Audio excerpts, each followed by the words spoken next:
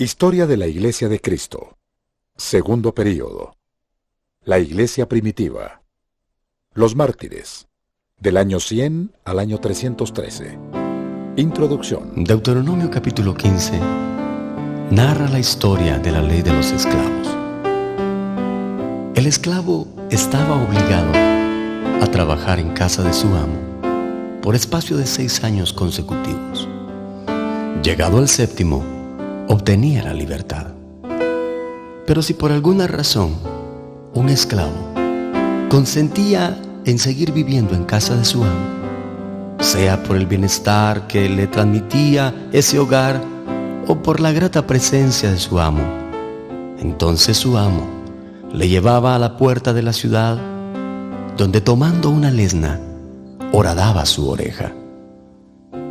Esto representaba que él continuaba siendo un esclavo, pero no por imposición. Representaba que él seguía siendo un esclavo, pero no por obligación. Representaba que él continuaba siendo un esclavo, pero un esclavo por amor. Sembradores de la Buena Semilla tiene el privilegio de presentar a la Iglesia de Cristo el segundo período de la historia de la Iglesia. Es el tiempo en que los discípulos son fieles hasta la muerte, dan su vida por Cristo, predican para Dios, trabajan por amor, sin salario, sin beneficios terrenales. Su salario es el Señor.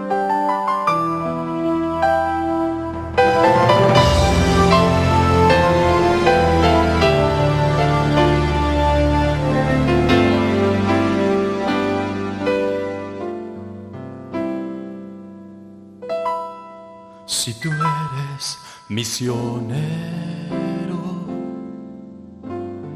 y trabajas para Dios,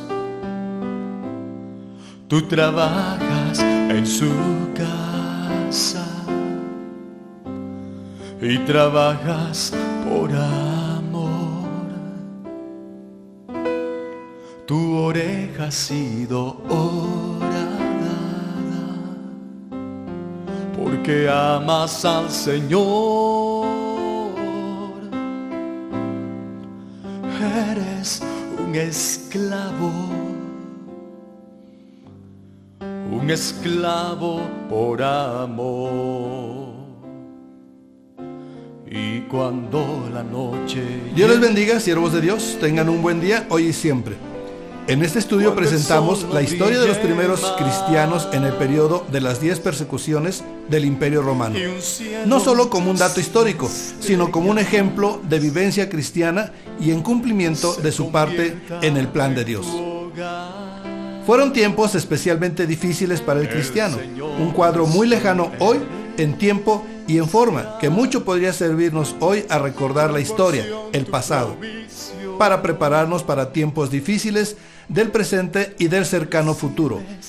Con lo que estos mártires sufrieron, no solo ganaron su propia corona, el máximo galardón para un cristiano, sino que a precio de sangre conquistaron una cabeza de playa en el reino de las tinieblas para establecer el reino de Dios.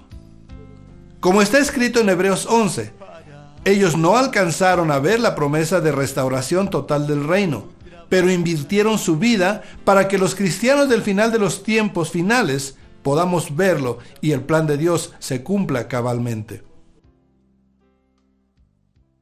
Repaso. En el video anterior vimos que la Iglesia tiene su razón de ser en el hecho de que el hombre perdió el señorío de la tierra. Génesis 3. Satanás es el príncipe de este mundo. Juan 14:30. Dios delega funciones de su plan divino a hombres y pueblos elegidos, Abraham, Israel, etc. Génesis 12. El pueblo judío perdió su oportunidad y privilegio de ser el medio de bendición y salvación. Al llegar Cristo a la cruz, pasa la responsabilidad a un nuevo pueblo de Dios, la Iglesia. Se delega la gran comisión. Se forma la Iglesia de Cristo con la base de 12 apóstoles y los 120. Nace como iglesia judía. Se multiplica incorporando gentiles. Vimos cómo, por qué y para qué se formó la Iglesia, cuándo y quién la formó. Notamos que el libro de los Hechos y la historia de la Iglesia se entremezclan en una perfecta continuación. Los cristianos sufren persecución, primero por los judíos y después por los romanos. El pueblo judío desaparece como nación en el año 70. Jerusalén y el templo son destruidos. Vimos también un poco de los emperadores de Roma en este período. Judíos y romanos están ligados históricamente a la Iglesia. Ambos pueblos dejaron huellas que perduran hasta hoy. Todos los apóstoles y muchos seguidores son martirizados, excepto Juan. El poder recibido por el Espíritu Santo, su gozo y paz ante el tormento y la muerte, son poderes sobrenaturales, incomprensibles para el hombre natural. Estamos relacionando cada uno de los 7 periodos históricos con las cartas a las 7 iglesias de Apocalipsis 2 y 3. En el primer periodo vimos que la iglesia apostólica tiene figura en la carta a Éfeso. Introducción al segundo período, la iglesia primitiva. Se puede considerar iglesia primitiva desde su inicio en el año 33 hasta el 313. En el período anterior le llamamos de los apóstoles, por la importancia fundamental de estos siervos de Dios, pero están también dentro del período primitiva. Lo de primitiva es por ser la primera, no en el sentido de primitiva, como decir de las cavernas. La Iglesia de Inglaterra llama iglesia primitiva a las primeras comunidades cristianas del siglo III. Ahora dentro de ese mismo gran período ponemos a los mártires, período comprendido entre el año 100 y el 313. También se le dan otros nombres: período de las persecuciones, de los padres de la Iglesia y además Iglesia Católica Antigua. Católica significa universal. Así entonces, la Iglesia primitiva se divide en 2 períodos. Primera parte, la Iglesia Apostólica del año 33 al 100. Segunda parte, la Iglesia de los Mártires del año 100 al 313. Las 7 iglesias, Esmirna. A diferencia del periodo anterior, ahora presentamos el tema de las 7 iglesias al inicio y no al final, porque es necesario que se comprenda mejor la situación de la iglesia en ese tiempo, con este avance profético. El mensaje a Esmirna, Apocalipsis 2, 7, 11, y escribe al ángel de la iglesia en Esmirna, el primero y el postrero, el que estuvo muerto y vivo, dice esto: Yo conozco tus obras y tu tribulación y tu pobreza, pero tú eres rico, y la blasfemia de los que se dicen ser judíos y no lo son, sino sinagoga de Satanás. No temas en nada lo que vas a padecer. He aquí el diablo echará a alguno de vosotros en la cárcel, para que seáis probados y tendréis tribulación por 10 días.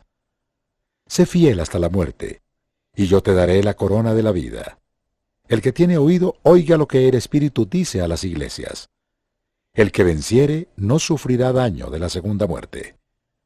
Esmirna significa amarga.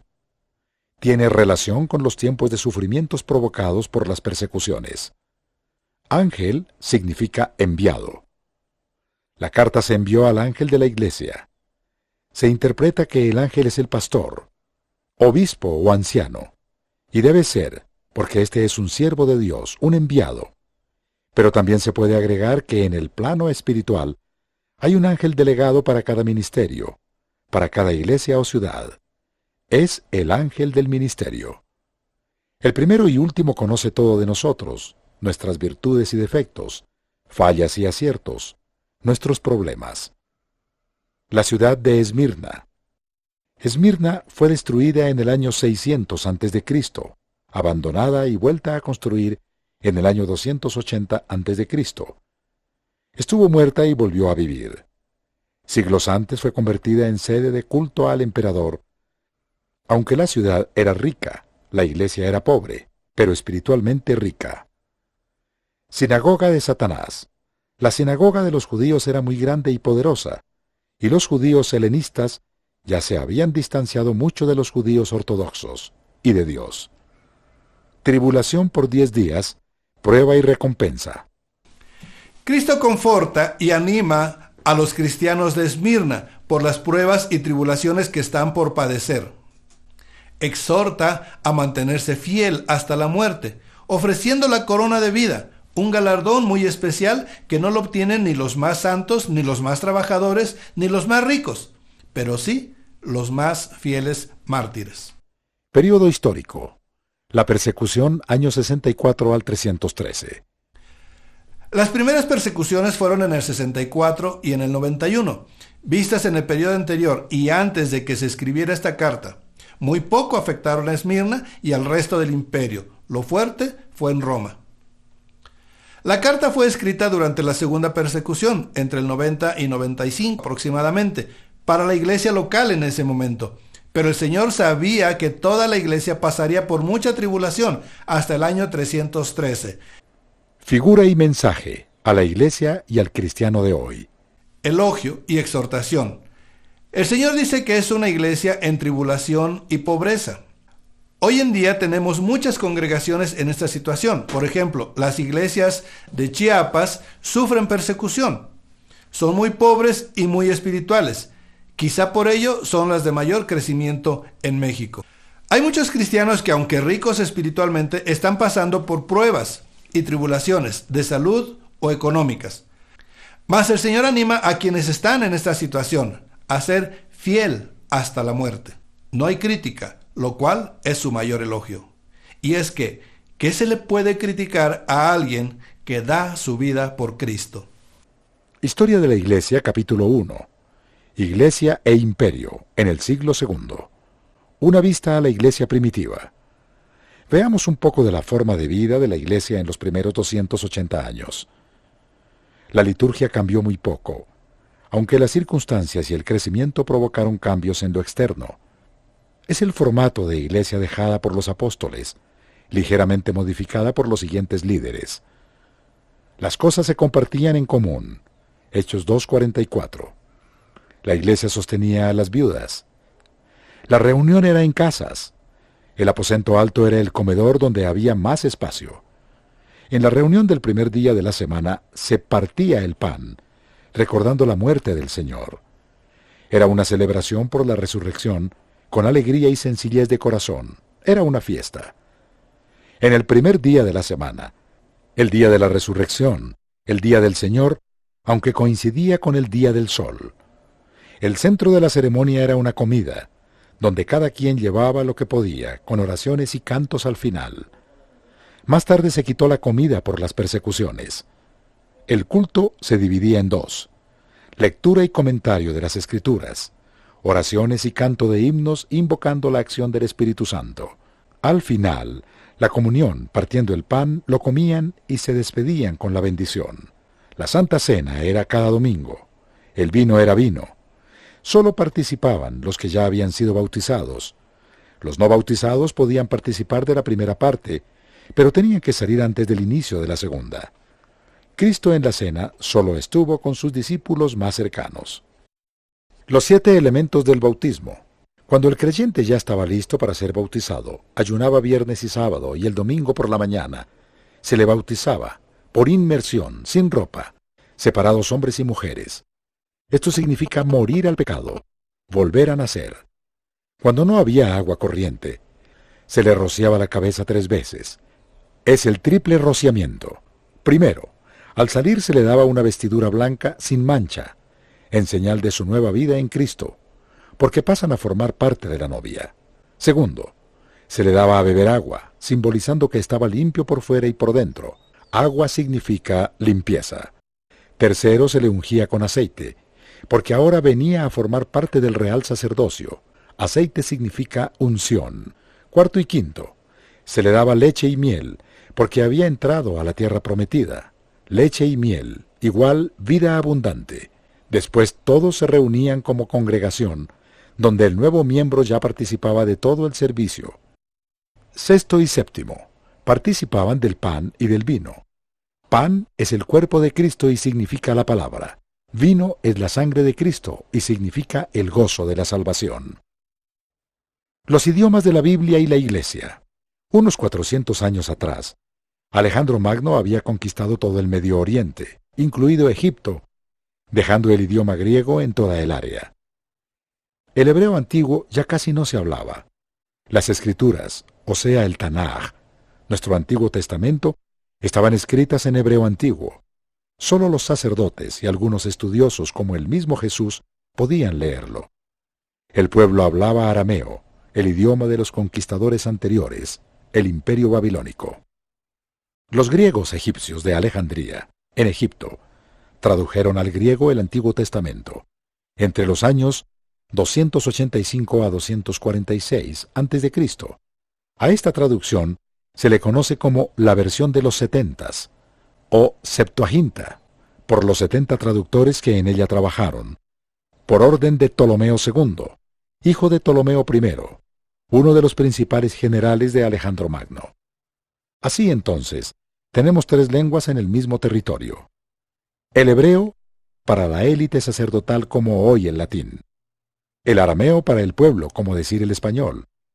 El griego para las relaciones interraciales, la cultura y los negocios, como hoy el inglés. Por ello Pablo escribió en griego para los gentiles internacionales y otras partes del Nuevo Testamento fueron escritas originalmente en arameo para los hebreos y samaritanos. En el periodo imperial entra el latín como cuarto idioma, al traducir Jerónimo del hebreo y del griego al latín la versión Vulgata latina. Aunque desde el principio los cristianos romanos y latinos tenían sus servicios en latín. En un período, tanto el Antiguo Testamento como los Evangelios y las Epístolas eran rollos individuales, escritos sobre papiro, y la primer traducción fue al latín, la Vulgata latina, concluida en el año 382 por Jerónimo, doctor de la Iglesia. Las 3 culturas. Aunque es historia de la Iglesia, hemos citado con frecuencia partes de la historia de los judíos y del Imperio Romano. Esto es así porque la Iglesia tiene sus raíces en los judíos y caminaron juntos un tiempo. Y los romanos, aunque enemigos de la Iglesia en su mayor parte, fueron el medio usado por Dios para la expansión del Evangelio.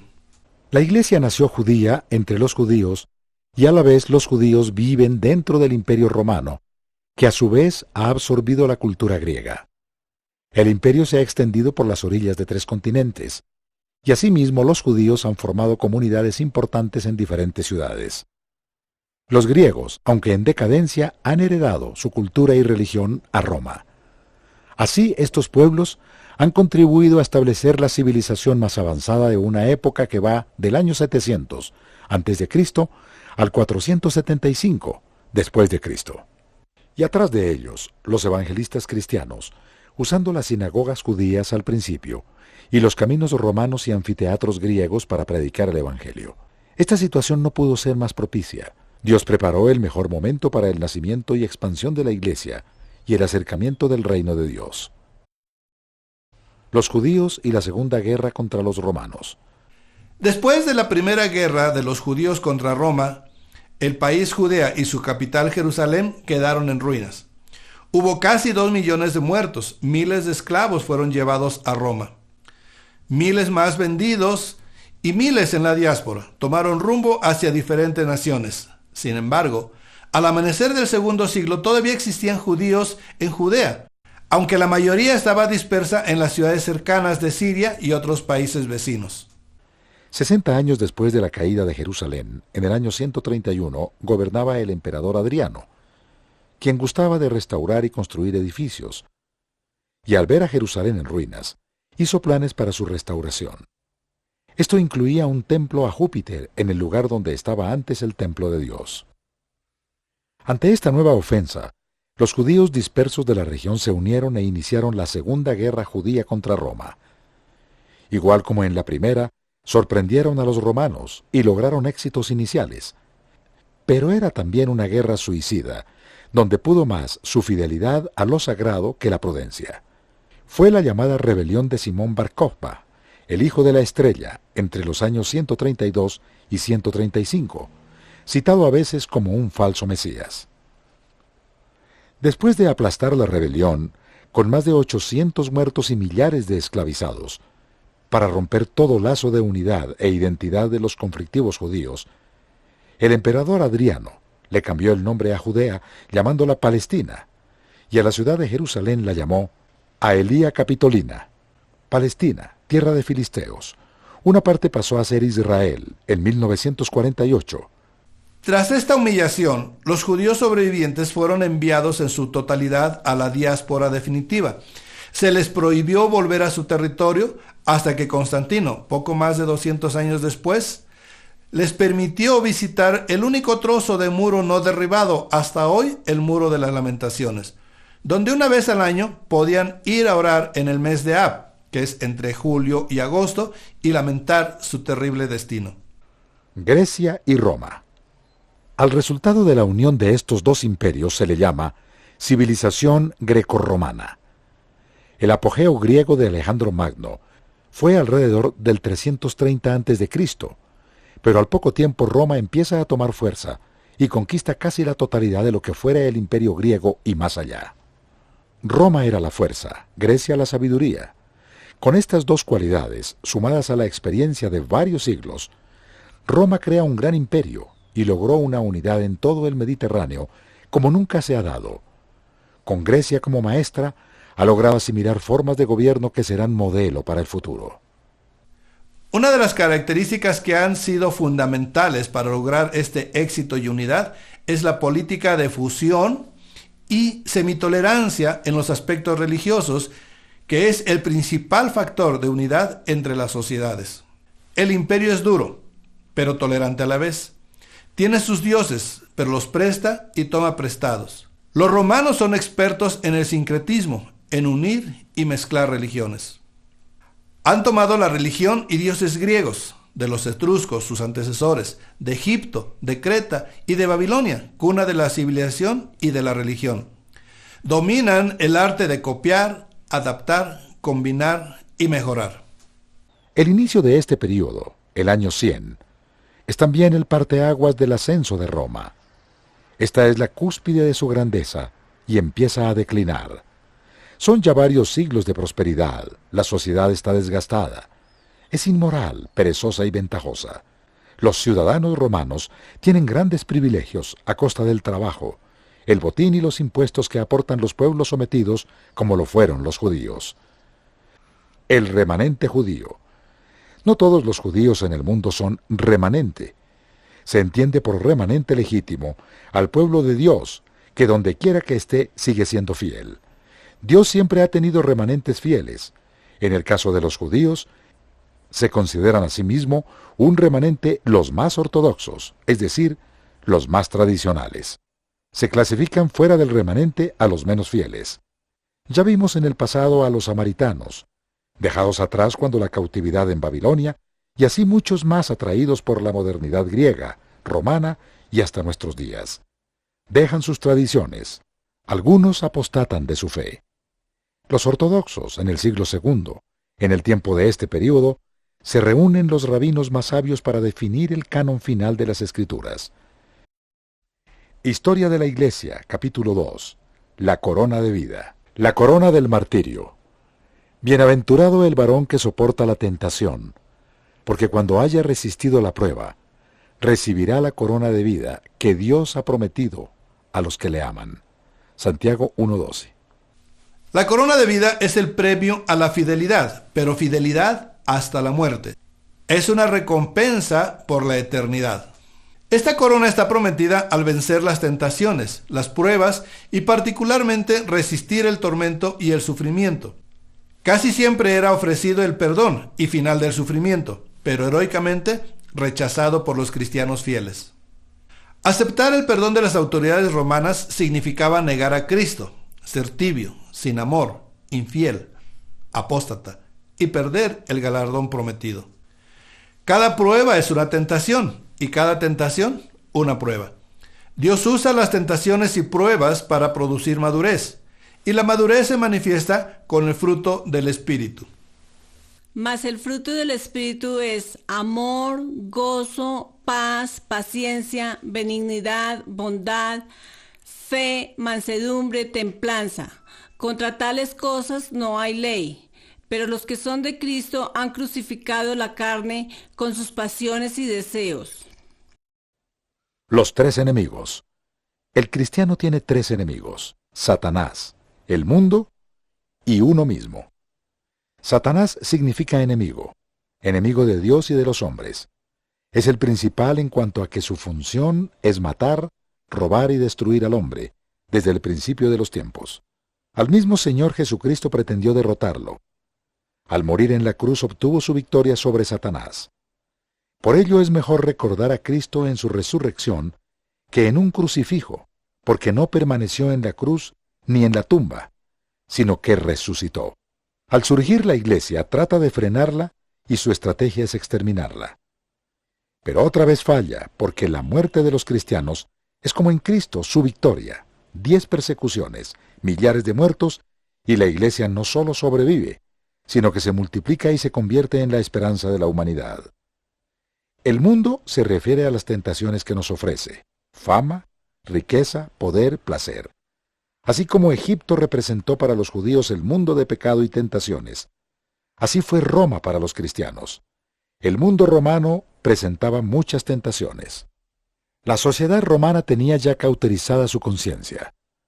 La comodidad, la opulencia, la indiferencia ante el sufrimiento de otros, anhelando ver sangre, gozarse con la tortura de los demás. Manifestaba su insensibilidad ante el don divino, la vida humana. Uno mismo, el yo, son nuestras propias debilidades, deseos, malicia. Parece paradójico, pero el yo es la persona más difícil de vencer. Impera el egoísmo, el orgullo, la pasión, el anhelo de posesión. Todo por vanidad. Todo es vanidad. Sin embargo, en el cristiano, esto es lo primero que Cristo le enseña: a negarse a sí mismo. Cuando lo empieza a lograr, se gana enemigos. El buen testimonio del cristiano fiel acusa a los demás de su egoísmo y maldad. En una sociedad egoísta, el cristiano es como un clavo en el zapato que hay que sacar. 10 persecuciones, 10 pruebas. En total hubo 10 persecuciones del Imperio Romano contra la Iglesia. Para quien gusta de simbolismos, el número 10 lo encontramos en la Biblia relacionado con varios tipos de pruebas al pueblo o siervos de Dios, como las 10 plagas, los 10 mandamientos, los 10 siervos y las 10 minas, para probar su capacidad y honestidad entre muchos otros. Te ruego que hagas la prueba contra tus siervos por 10 días, y nos den legumbres a comer y agua a beber. Como que las 10 persecuciones era una prueba y filtro purificador para la iglesia, y salió airosa. Permanecieron hasta el final solo los más fieles y consagrados.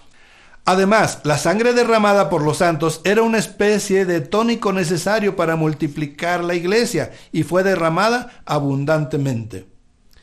Fidelidad más sufrimiento igual crecimiento.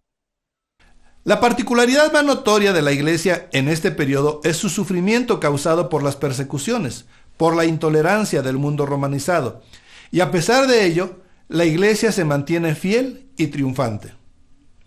Dios está con la iglesia a través de las manifestaciones del Espíritu Santo, quien le da fuerzas para resistir, aunque ya no están los apóstoles, discípulos de Cristo.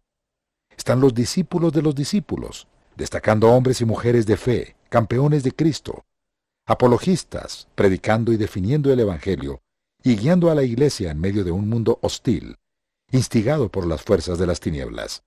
A estos hombres se les llama los padres de la iglesia. Persecución. Se envuelve en persecución la acción que los enemigos de la iglesia han hecho durante siglos.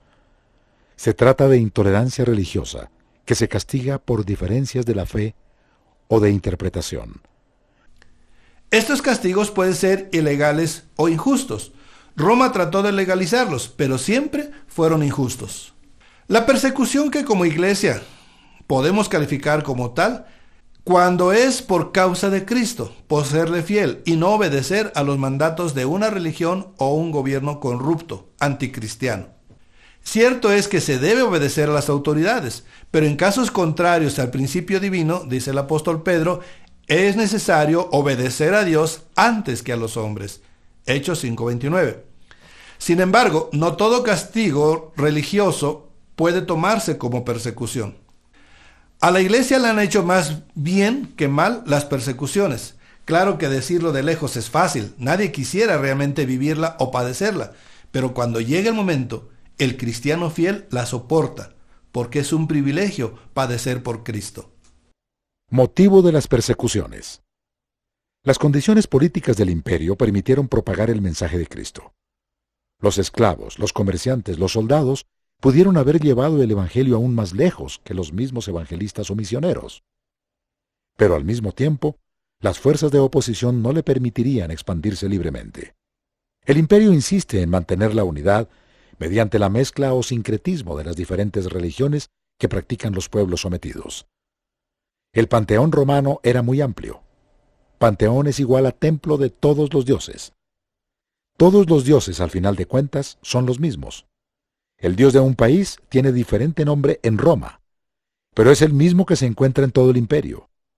De este modo se le muestra afinidad al súbdito y obtiene de éste lealtad al imperio y al emperador. El principal culto para fomentar la unidad era el culto al emperador. Cualquiera puede escoger adorar a uno u otro dios, pero todos tienen que rendir culto al emperador. No hacerlo es como traición a la patria.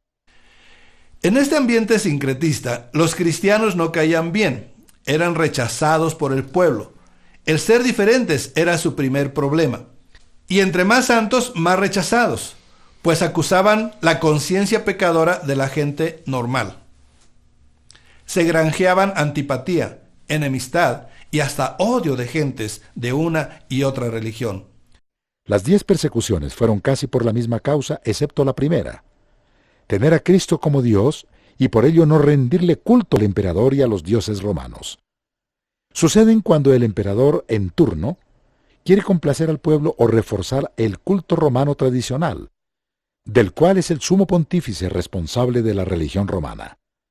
A veces era mayor el enojo de la gente fanática que del mismo gobierno.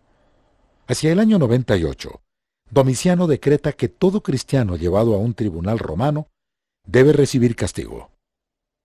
Que ningún cristiano, una vez traído ante un tribunal, quede exento de castigo sin que renuncie a su religión. Una sentencia que será regla en los siguientes 2 siglos. Crimen de los cristianos. Ahora, ¿por qué se persiguió legalmente a los cristianos? Ya se dijo que por no dar culto al emperador, pero ¿eso era legal?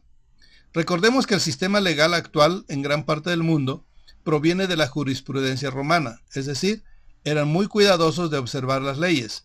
De ahí que los no romanos eran bárbaros, salvajes, sin civilización. Entonces, ¿cómo justificaban atacar legalmente y civilizadamente a los cristianos? ¿Por qué delito? Plinio el Joven, nuevo gobernador romano en Bitinia, en el año 111, se hace estas preguntas al ocupar su nuevo cargo, teniendo la responsabilidad de juzgar a los acusados. Plinio era hombre justo. Los cristianos habían sido acusados anónimamente por ser cristianos, y él tenía que aplicar la ley. ¿Cómo hacerlo? Seguramente habían causado pérdidas a comerciantes, pues el cristianismo estaba creciendo en Bitinia, y los carniceros ya no vendían toda la carne sacrificada a los dioses, o sea que la población se estaba haciendo cristiana, y ya no participaban de sus prácticas paganas. Al indagar de sus delitos y actitudes, Plinio descubrió que su acción era cantar himnos, antifonales, a Cristo. Como Dios, juramentar no cometer robos ni adulterios ni ninguna otra maldad, y tomar una cena juntos en armonía. Aunque no veía en ello un delito, las leyes dictadas por el emperador Trajano decían que los acusados de ser cristianos tenían que ser juzgados, pero que no aceptara denuncias anónimas. Si se retractan de ser cristianos y prometen seguir las religiones romanas, quedan libres, pero si no, deben castigarlos. Al ser llamados a juicio tenían que invocar a los dioses romanos, adorar al emperador ofreciendo vino e incienso ante su estatua. En cada ciudad había una estatua. Maldecir a Cristo. Cuando el acusado hacía lo anterior, quedaba libre, pero era un apóstata. El mismo Plinio sabía que un verdadero cristiano no haría estas cosas, por lo que al que persistía en seguir con Cristo se le daban hasta 3 oportunidades de retractarse y salvar su vida.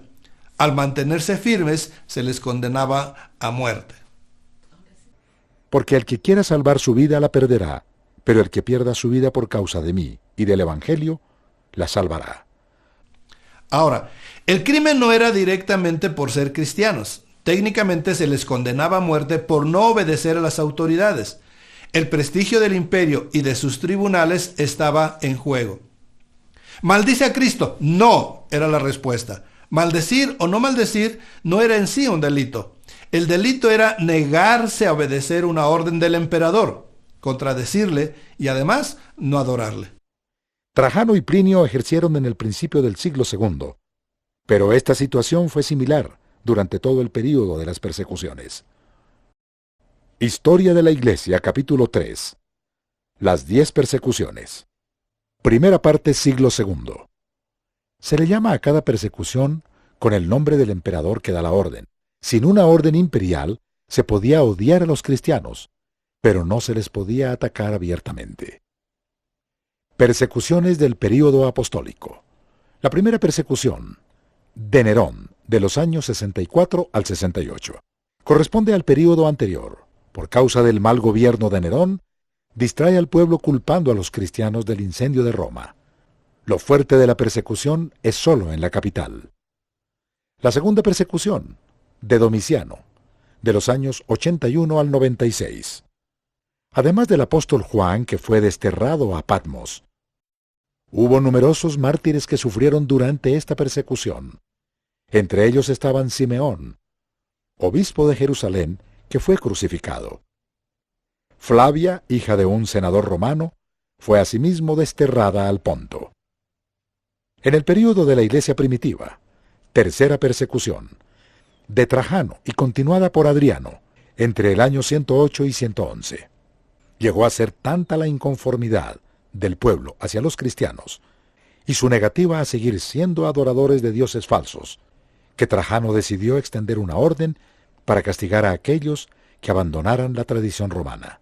Por el bien y la unidad del imperio, si se retractan y adoran a nuestros dioses, deben ser liberados. Los que persistan, sin embargo, deben ser castigados. Que ningún cristiano, una vez traído ante un tribunal, quede exento de castigo sin que renuncie a su religión. Los mártires. Desde Esteban hasta la paz ofrecida por Constantino, los mártires fueron varios millares, incontables. Es imposible en la tierra tener un registro de cada uno de ellos. Pero en el libro de la vida habrán de estar escritos con un sello al margen, aprobado para recibir la corona de vida. Citamos algunos ejemplos en este periodo y en cada persecución. Los mártires de la tercera persecución. Ignacio, obispo de Antioquía. Ignacio fue llevado a Roma y entregado a las fieras. Al ser sentenciado dijo: «Soy el trigo de Cristo, voy a ser molido con los dientes de las fieras salvajes, para que pueda ser hallado pan puro». Alejandro, obispo de Roma, y sus 2 diáconos, Quirino y Hernes, con sus familias. Eustaquio, un comandante romano, cuando el emperador lo invitó a celebrar sus éxitos en un sacrificio a sus dioses, se negó, y a pesar de sus servicios, fue martirizado con toda su familia. La crueldad disminuyó cuando Quadratus, obispo de Atenas, hizo una sabia apología ante el emperador, reforzada por una epístola que escribió Aristides, un filósofo cristiano también de Atenas. Al morir Adriano, en el 138, su sucesor, Antonino Pío, haciendo honor a su nombre, gobernando con piedad y justicia, ordenó detener la persecución. Se calcula, murieron alrededor de 10.000 cristianos fieles. Cuarta persecución, de Marco Aurelio, del 161 al 180. Marco Aurelio, filósofo erudito, fue duro y cruel contra los cristianos. Ordenó la cuarta persecución. John Fox escribe: «Las crueldades ejecutadas durante esta persecución fueron de tal calibre que muchos de los espectadores se estremecían de horror al verlas y quedaron atónitos ante el valor de los sufrientes». Algunos mártires de la cuarta persecución. Algunos de los mártires eran obligados a caminar con sus pies ya heridos sobre clavos, espinas, conchas con puntas afiladas. Otros eran azotados hasta que quedaban a la vista sus tendones. Fueron torturados con los tormentos más crueles que podían inventar. Policarpo, obispo de Esmirna, fue llevado ante el procónsul y condenado a ser quemado en la plaza. El procónsul, viendo su avanzada edad, trató de disuadirlo. jura y te daré la libertad. Blasfema contra Cristo. Policarpo le respondió, durante 86 años le he servido y nunca me ha hecho mal alguno. ¿Cómo voy a blasfemar contra mi rey, que me ha salvado? Las llamas nada le hicieron, y le ordenaron al verdugo matarlo a espada. Felicitas, dama romana, virtuosa y devota cristiana, con 7 hijos educados como cristianos, su hijo mayor fue prensado hasta morir. Félix y Felipe fueron descerebrados a garrotazos. Silvano, el cuarto, fue arrojado a un precipicio. Alejandro Vital y Marcial fueron decapitados. Finalmente Felicitas fue decapitada también. Justino, filósofo conocido como Justino Mártir, nació en Samaria. Muy estudioso de diferentes filosofías, hasta que se convirtió al cristianismo, donde halló la verdad. Escribió epístolas y trató de convencer a los judíos de la verdad cristiana. La lista es larga, podríamos continuar. Historia de la Iglesia. Capítulo 4. Las 10 persecuciones. Segunda parte, siglo III. Quinta persecución de Septimio Severo, del 202 al 210. En el 202, Septimio promulgó una ley que prohibía la difusión del cristianismo y el judaísmo. Este fue el primer decreto universal prohibiendo la conversión al cristianismo. Estallaron violentas persecuciones en Egipto y África del Norte. Favoreció los cultos orientales. Algunos mártires de la quinta persecución. Víctor, obispo de Roma, martirizado en el año 201. Orígenes y su padre Leonidas y varios de sus discípulos. Irineo, obispo de Lyon, decapitado en el 202. En África, en el 205, Perpetua de 22 años y Felicitas, embarazada, las desnudaron, las hicieron correr y ser corneadas por un toro. Al no morir, fueron matadas a espada. Y muchos más, en las fieras y con distintos martirios. Sexta persecución de Maximino, año 235. Maximino el Tracio inició una persecución dirigida principalmente contra los jefes de la Iglesia en el año 235. Su gobierno fue de una gran crueldad, lo que produjo sublevaciones de la población. Algunos mártires de la sexta persecución. En el 235, Seremiano, gobernador de Capadocia, hizo todo lo posible por exterminar a los cristianos de su provincia. Pontiano, obispo de Roma, fue martirizado. Anteros, su sucesor, martirizado al ofender al gobierno por recoger las actas de los mártires. Pamaquio, Quirito y Simplicio, senadores de Roma, convertidos a Cristo, arrojados al Tíber. Séptima persecución de Decio, del 250 al 251. Esta fue la persecución que incluyó la totalidad del imperio, y puso de una vez por todas a los cristianos fieles de un lado y a los menos fieles de otro. En el 250 ordenó que todos los ciudadanos del Imperio Romano fueran titulares de un documento que acreditara su fidelidad a las divinidades romanas. Todos los ciudadanos deberían hacer un sacrificio para mayor gloria del emperador en la presencia de un oficial romano, y así obtener un certificado, libellus, como prueba. La persecución de Decio tuvo repercusiones duraderas para la Iglesia. ¿Cómo deben ser tratados los que habían comprado un certificado? ¿O había hecho realmente el sacrificio? Parece que en la mayoría de las iglesias, los apóstatas fueron aceptados de nuevo al seno de la Iglesia. Algunos mártires de la séptima persecución. Alejandro y Espímaco, de Alejandría, fueron arrestados por ser cristianos. Fueron golpeados con estacas, desgarrados con garfios y al final quemados con fuego. Ágata, dama siciliana, de gran belleza y mayor piedad. Por su hermosura el gobernador se enamoró de ella, pero fue rechazado una y otra vez. En venganza al saber que era cristiana, fue flagelada, quemada con hierros candentes y desgarrada. Ella se mantuvo firme. Finalmente fue puesta sobre vidrio escarchado y devuelta a la cárcel donde murió el 5 de febrero del año 251. Y muchos más. Las catacumbas. En el siglo II se empezaron a cavar tumbas bajo la ciudad de Roma. Los cristianos, por respeto al cuerpo, no los incineraban como los romanos. Aquí celebraban el aniversario de los mártires de cristianos destacados. El lugar tomó mayor importancia a raíz de que Valeriano prohibiera a los cristianos visitar a los muertos en los cementerios. Y lo más recio de las persecuciones fueron usadas para celebrar en secreto la Santa Cena como refugio momentáneo. El mártir de las catacumbas es un libro de autor anónimo que nos da una visualización de lo que fue la vida cristiana en los tiempos del emperador Decio. Octava persecución de Valeriano, del 256 al 259. En el 256 Valeriano ordenó que todos los clérigos, obispos y ministros fueran obligados a realizar sacrificios a los dioses romanos y al emperador. En el 257 ratificó con un edicto el castigo al exilio para los que se negaran, pero al siguiente año decretó que el castigo fuera la muerte. Esto incluía a senadores, nobles y damas de alcurnia. Se prohibió a los cristianos visitar sus cementerios. Por esto tuvieron que usar las catatumbas para enterrar a los muertos cristianos. Algunos mártires de la octava persecución. Entre los ejecutados por Valeriano se encuentran Cipriano, obispo de Cartago, y Sixto II, obispo de Roma. Según una carta escrita por Dionisio durante este tiempo, hombres y mujeres, jóvenes y ancianos, doncellas y matronas, soldados y civiles, de toda edad y raza, algunos por la flagelación y el fuego, otros por la espada, han conquistado en la lucha y ganado sus coronas.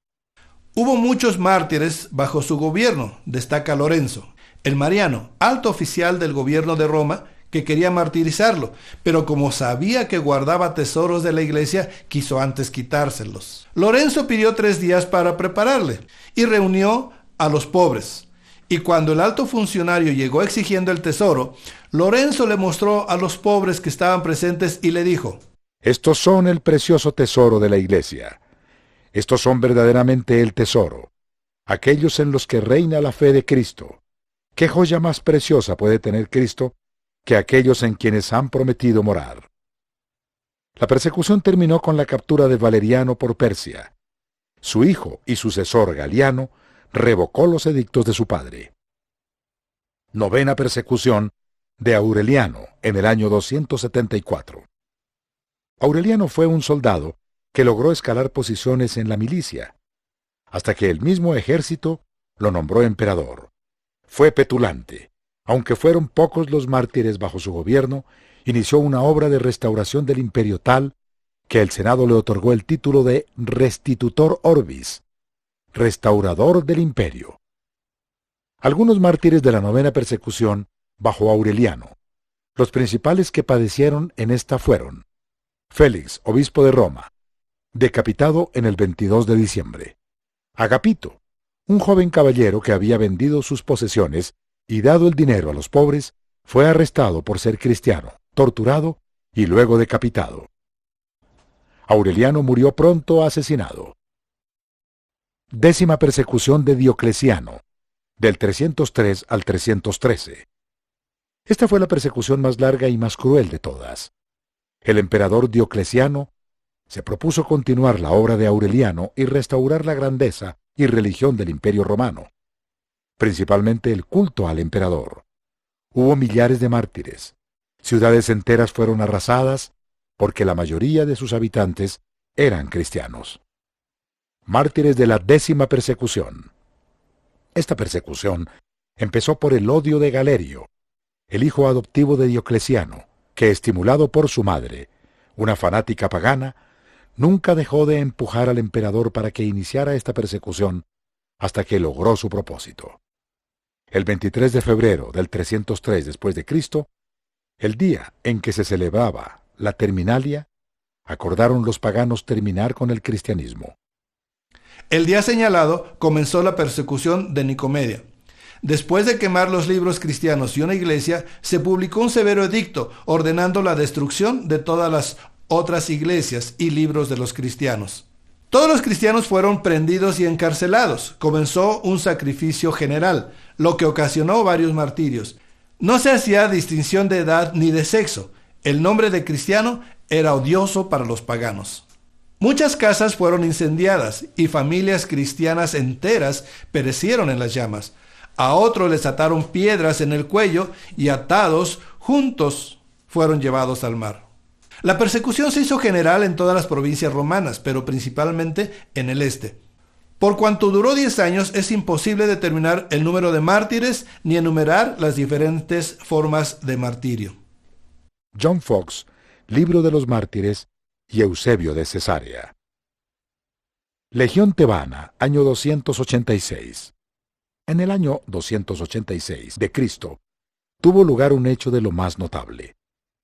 Una legión de soldados que consistía de 6.666 hombres estaba totalmente constituida por cristianos. Esta legión era llamada la Legión de Tebana, porque los hombres habían sido reclutados en Tebas. El emperador Maximiano, para este tiempo, ordenó un sacrificio general, al que debía asistir todo el ejército. Y también ordenó que se debía tomar juramento de lealtad y al mismo tiempo que se debía jurar ayudar a la extirpación del cristianismo en las Galias.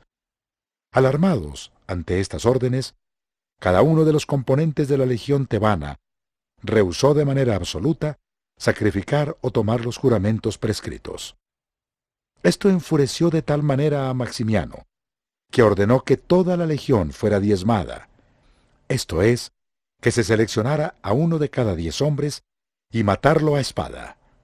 Habiéndose ejecutado esta sanguinaria orden, el resto permaneció inflexible, teniendo lugar una segunda decimación, y uno de cada 10 hombres de los que quedaban vivos fue muerto a espada.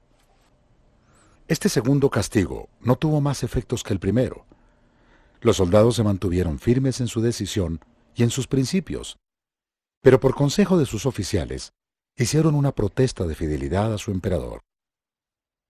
Se podría pensar que esto iba a ablandar al emperador, pero tuvo el efecto contrario, porque encolerizado, ante la perseverancia y unanimidad que demostraban, ordenó que toda la legión fuera muerta, lo que fue efectivamente ejecutado por las otras tropas, que los despedazaron con sus espadas el 22 de septiembre del 286. John Fox, Libro de los Mártires. Historia de la Iglesia, capítulo 5. Los padres, obispos y campeones de la Iglesia, del año 100 al 313. Después de los apóstoles, la Iglesia requería líderes y maestros que les guiaran. Destacaron muchos, en calidad de obispos, padres o cualquiera que haya sido su cargo o función. En este capítulo veremos los que más huella dejaron en la historia, desde una perspectiva general, sin denominaciones. Por ahora solo citaremos algunos que ejercieron de este periodo, del año 100 al 30. Los obispos. Cada ciudad importante tenía su obispo.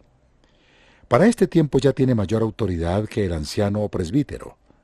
Roma es la capital del imperio, pero aún no de la Iglesia, aunque empieza a ganar influencia y prestigio. Antioquía y Alejandría, junto con Roma, son las 3 ciudades y obispados más importantes, pero ninguna tiene autoridad sobre la totalidad de la Iglesia. Los padres de la Iglesia, título dado por la Iglesia Católica, se refiere a los principales líderes, los más preparados y de mayor influencia. Casi todos ellos dejaron un legado de escritos doctrinales. Una forma de apostolado eran padres espirituales de una congregación sufriente. Tanto cariño y respeto profesaban que los fieles empezaron poco a poco a llamarles padre, en griego pope, cuna del título papa, que tardaría otros 100 a 200 años más en madurar. La Iglesia Católica estableció 4 requisitos para otorgar el título de padre de la Iglesia. Primero, haber vivido durante el período inicial, que se extiende hasta pasado el año 500. Segundo, haber llevado una vida santa. Tercero, sus escritos debían estar libres de cualquier error doctrinal, exponiendo una defensa o apología.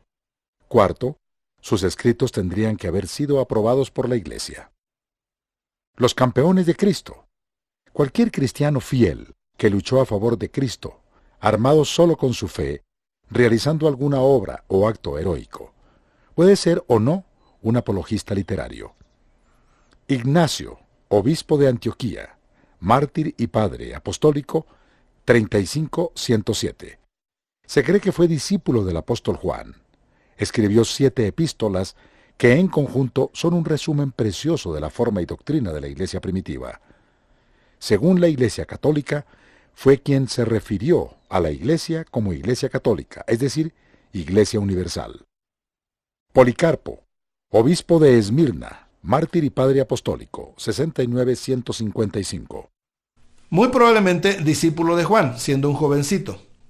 Algunos historiadores lo relacionan como amigo de otros apóstoles, pero viendo su fecha de nacimiento, esto no es posible. Como quiera que sea, era un enlace en el periodo apostólico, por lo que tenía mucha autoridad. Cuadrantus y Arístides, apologistas, escribieron entre el 100 y 110 aproximadamente. Ambos escribieron su apología al emperador.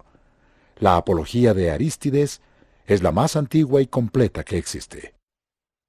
Justino mártir, padre de la Iglesia, 100-165. Uno de los principales apologistas de la Iglesia que quiso reconciliar la doctrina cristiana con la cultura pagana. Estudió filosofía griega, en especial a Platón. Al estudiar la Biblia, se convirtió al cristianismo. Escribió 2 apologías. Clemente de Alejandría. Vivió entre el 150 y 215. Contemporáneo de Septimio Severo. Fue alumno del filósofo cristiano Pantaenaus en Alejandría. Se convirtió del paganismo, escritor, teólogo y profesor. Orígenes fue su discípulo. Escribió El pensamiento y la voluntad de Dios exhortan, educan y perfeccionan al verdadero cristiano. Su teología doctrinal estaba pensada para conducir al cristiano maduro al conocimiento perfecto. Tertuliano, 160 a 220. Tertuliano nació en Cartago, hijo de un centurión romano. Tras estudiar Derecho, ejerció en Roma, donde entre el 190 y el 195 se convirtió al cristianismo.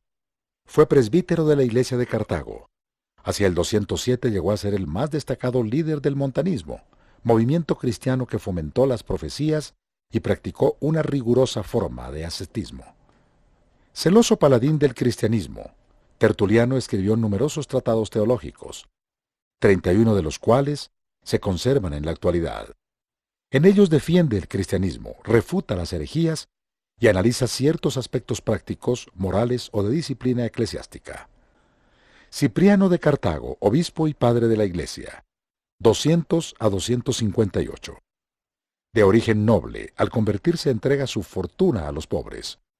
Huyó de Cartago cuando la persecución de Decio. Muchos de esa iglesia apostataron vencidos por el temor. Entra en conflicto con el obispo Esteban de Roma, Papa Esteban I, según la Iglesia Católica. Obispos de Jerusalén, entre los años 34 y 112 aproximadamente. Después de Jacobo y Simeón, Jerusalén dejó de tener la supremacía de la Iglesia al trasladarse los principales a Antioquía, como consecuencia de la persecución judía y las guerras posteriores entre judíos y romanos. Ninguno de estos obispos recibió el título de papa, ni siquiera Jacobo, que fue el primer obispo de la Iglesia, mucho antes que Pedro y Pablo estuvieran en Roma. Obispos de Roma, el papado, continuación del 100 al 313. Damos lugar a la Iglesia Católica colocando en esta historia la serie de obispos de Roma, los papas, aunque no hay total acuerdo en varios puntos de dicha tradición.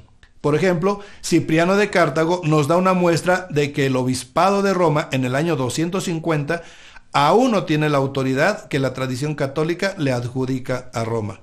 Otras evidencias muestran que el centro del cristianismo estaba más hacia el oriente, con Antioquía a la cabeza, así como de Cartago y Alejandría, y de esta salía dirección teológica y espiritual hacia los cristianos más que de Roma.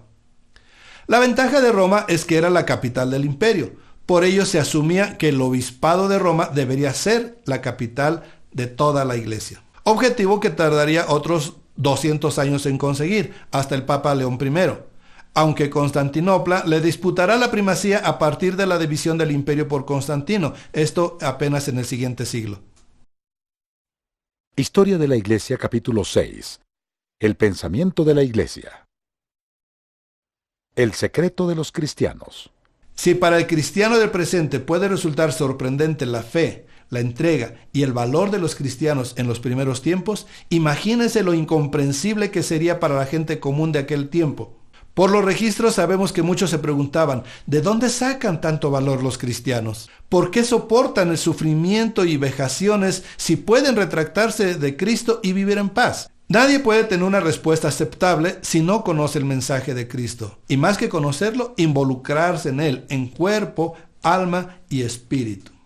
El Evangelio no es completo si no llega a las tres fases del ser humano. En cada una de las tres partes hay algo que le da fuerza, valor y convicción. El secreto del cristiano radica en la fe en Cristo Jesús y el poder que le da a los suyos el Espíritu Santo en cuanto han recibido a Cristo. El cuerpo del polvo vino y al polvo va. El alma tiene vida eterna y el espíritu vuelve a Dios que lo dio. Ese es el destino del hombre. Lo demás es vanidad. Cuando los cristianos fallaban en la prueba. No todos pasaban la prueba en la tribulación. Muchos cristianos, a la hora del tormento y a veces con la simple amenaza, se retractaban, apostataban, renunciaban a Cristo y volvían al paganismo. Posteriormente, muchos se arrepentían de su flaqueza y querían volver a la iglesia, pero se encontraban con el problema de que eran menospreciados o de plano rechazados. Esto elevaba el valor del martirio. Algunos opinaban que debía perdonárseles y aceptarlos de regreso, pues el perdón es una de las características del cristiano. Esto causó división en la iglesia, pero finalmente se les perdonó a todos. Las herejías, el gnosticismo, el marcionismo y el montanismo. Los gnósticos, de gnosis, conocimiento, tuvo sus seguidores dentro y fuera de la iglesia, parecido a lo que es hoy la nueva era, como una continuidad. Un conjunto de varios pensamientos y corrientes sincretistas, un poco de varias religiones. No hay una cabeza ni un punto central, es más bien un pensamiento, un conjunto de ideas. Aunque la gran mayoría eran pobres e indoctos, también hubo sabios e intelectuales. Los cristianos más intelectuales cayeron en esta corriente. Se le declaró herético. Los marcionistas. Movimiento herético iniciado por Marción de Sinope en el Ponto, Asia Menor, que vivió del 86 al 161 aproximadamente. Hombre muy rico que pretendió adquirir un archiobispado, ser cabeza de varios territorios. Al no conseguirlo, fundó su propia iglesia, definió su propio Nuevo Testamento, basado en Pablo, a quien admiraba, y negando la autenticidad de la Septuaginta. Fue a su vez muy influenciado por el pensamiento gnóstico. Montanus, declarado hereje, vivió en el siglo II. Murió aproximadamente en el 175, en Asia Menor, junto con dos mujeres profetisas. Hacía énfasis en el fin inminente de los tiempos y en la profecía. No estableció ninguna nueva doctrina. De hecho, creer en los dones del Espíritu Santo no es herejía, aunque quizá abusó de ello. En ese tiempo ya estaban fuera de línea para los líderes de la iglesia. Desde Cartago, su principal exponente fue Tertuliano. La Iglesia Católica Antigua. Ante el peligro de las desviaciones ocasionadas por los herejes, como el caso de Marción, la Iglesia buscó una organización central, principalmente en cuanto a doctrina. Ya había interés del obispo de Roma de ser esa cabeza necesaria. Pero eso también se consideraba un peligro, que la interpretación infinita de la doctrina de Cristo quedara en una sola cabeza. Bien si fuera la interpretación correcta, pero mal si se desviaba, pues desviaría a toda la iglesia. Por ello, el sistema de obispados y concilios seguía siendo la mejor opción. De cualquier modo, esa forma doctrinal uniforme quedó establecida dentro de lo que se dio en llamar desde principios del siglo II Iglesia Católica, Iglesia Universal. El credo de los apóstoles. No fue redactado por los apóstoles, sino a mediados del siglo II, años 150 aproximadamente, como una necesidad de centrar a la Iglesia en la doctrina de Cristo y los apóstoles, la cual empezaban a socavar las ideas agnósticas y de Marción, los marcionistas. El núcleo del credo empezó como una fórmula bautismal. En forma de preguntas se declaraban los principios de la doctrina más fundamental. ¿Crees en Dios Padre Todopoderoso? ¿Crees en Cristo Jesús, el Hijo de Dios, que nació del Espíritu Santo y de María la Virgen, que fue crucificado por Poncio Pilatos y murió y se levantó de nuevo al tercer día, vivo de entre los muertos, y ascendió al cielo y se sentó a la diestra del Padre, y vendrá a juzgar a los vivos y los muertos? ¿Crees en el Espíritu Santo, la Santa Iglesia y la resurrección de la carne? Simbología cristiana. En las casas no había imágenes ni símbolos, sencillamente porque no había culto a imágenes, y además porque cualquier símbolo o imagen que hubiera serviría para identificarles y arrestarles. Pero en las catacumbas abundan los símbolos: el pan y los peces, el varón sosteniendo un cordero, una imagen y el pez eran muy repetitivos, el arca de Noé, etc., solo para recordar el mensaje, nunca para venerar y menos para adorar. El más conocido hoy es Ixoye. Era un pez con unas letras dentro. Al encontrarse dos cristianos, se hacía una línea curva en el suelo y posteriormente el otro hacía otra curva invertida, cerrando la figura de pez. Era una clave para identificarse. Ixoye significa pez, y cada letra, Jesús, Cristo, Hijo de Dios, Salvador. Historia de la Iglesia, capítulo 7. Constantino y el fin de las persecuciones. En el año 306 hubo una crisis en el imperio que terminó con la llegada al poder del emperador que más ha influido en el destino de Roma después de César Augusto, Constantino el Grande. Fue el emperador que, al participar de los asuntos y doctrinas de la Iglesia, contribuyó con los padres a la transformación de la Iglesia Católica Antigua, derivando en la Iglesia Católica Apostólica y Romana. Constantino llega al poder. Hacia el año 312, el imperio lo gobierna una tetrarquía. Es como 3 emperadores compartiendo el gobierno. Uno de ellos es Constantino, quien en pocos años, con astucia y paciencia, logra hacerse del control total. Un punto decisivo es la batalla del Puente Milvio en el 312, donde antes de la batalla tiene una visión. Ve una cruz y una voz le dice: con este signo vencerás. Adopta el símbolo cristiano y vence a Magencio. Con esa nueva fe, por agradecimiento o por astucia política, se hace partidario de los cristianos. Edicto de tolerancia. El edicto fue promulgado por Constantino y Licinio, su cuñado, en Milán en el año 313. En él se establece la libertad de practicar la religión cristiana en todo el Imperio Romano. Esto significa el fin de las persecuciones. La Iglesia de Cristo en ese entonces tendría unos 1.500 obispados y entre unos 5 a 7 millones de cristianos. Esto es de un 10 al 14% de la población del imperio. Es la etapa de la paz de la Iglesia. ¿Para bien o para mal? En realidad, el cambio de Iglesia primitiva a Iglesia Católica Romana no fue factor de un solo hombre ni de un solo tiempo. Fue un proceso largo que abarcó varios siglos. Desde su origen, la Iglesia tuvo varios personajes, filosofías y doctrinas ajenas al Evangelio de Cristo.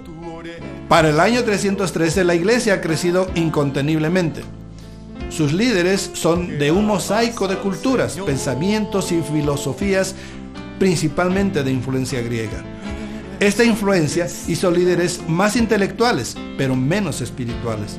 Aunque con más cultura que los apóstoles, su relación con el Espíritu Santo fue menor. A fines del primer siglo desapareció la presencia apostólica. En el segundo siglo se han alejado ya del Espíritu Santo. Y hacia el año 200 ya poco se aplican los dones del Espíritu, como la imposición de manos, por ejemplo. En el siglo IV, al unirse con el imperio, decae la santidad. Entra mucha gente sin verdadera convicción. Dejan entrar doctrinas ajenas que en conjunto debilitan el poder espiritual. El razonamiento griego no deja lugar al Espíritu Santo. Sin embargo, en este estudio fijamos un punto exacto, una fecha y un hombre, como referencia para mejor comprensión. La fecha, el año 313. El lugar, el puente Milvio, donde hubo esa famosa batalla, y el personaje Constantino. En este capítulo final lo citamos como punto de referencia para el fin de las persecuciones, el periodo de los mártires y el final de la iglesia primitiva. Porque el siguiente periodo, la iglesia será muy distinta. Será la iglesia oficial del imperio. Se invertirán los papeles. Los templos paganos serán destruidos, sus fieles perseguidos, y los judíos serán ahora los perseguidos. Será la iglesia imperial. Deseo recordar que nuestra función es exponer los hechos bíblicos e históricos. No pretendemos de ningún modo imponer una posición o dar una interpretación. Simplemente hacemos un recuento histórico, objetivo, eso sí, cristocéntrico. Deseo anticiparle que en el siguiente periodo toca analizar cómo y por qué la iglesia tuvo un cambio tan radical en cuanto a sus inicios. Será muy interesante e ilustrativo para comprender mejor el desarrollo de la iglesia. Hasta entonces, Dios le bendiga y le guarde.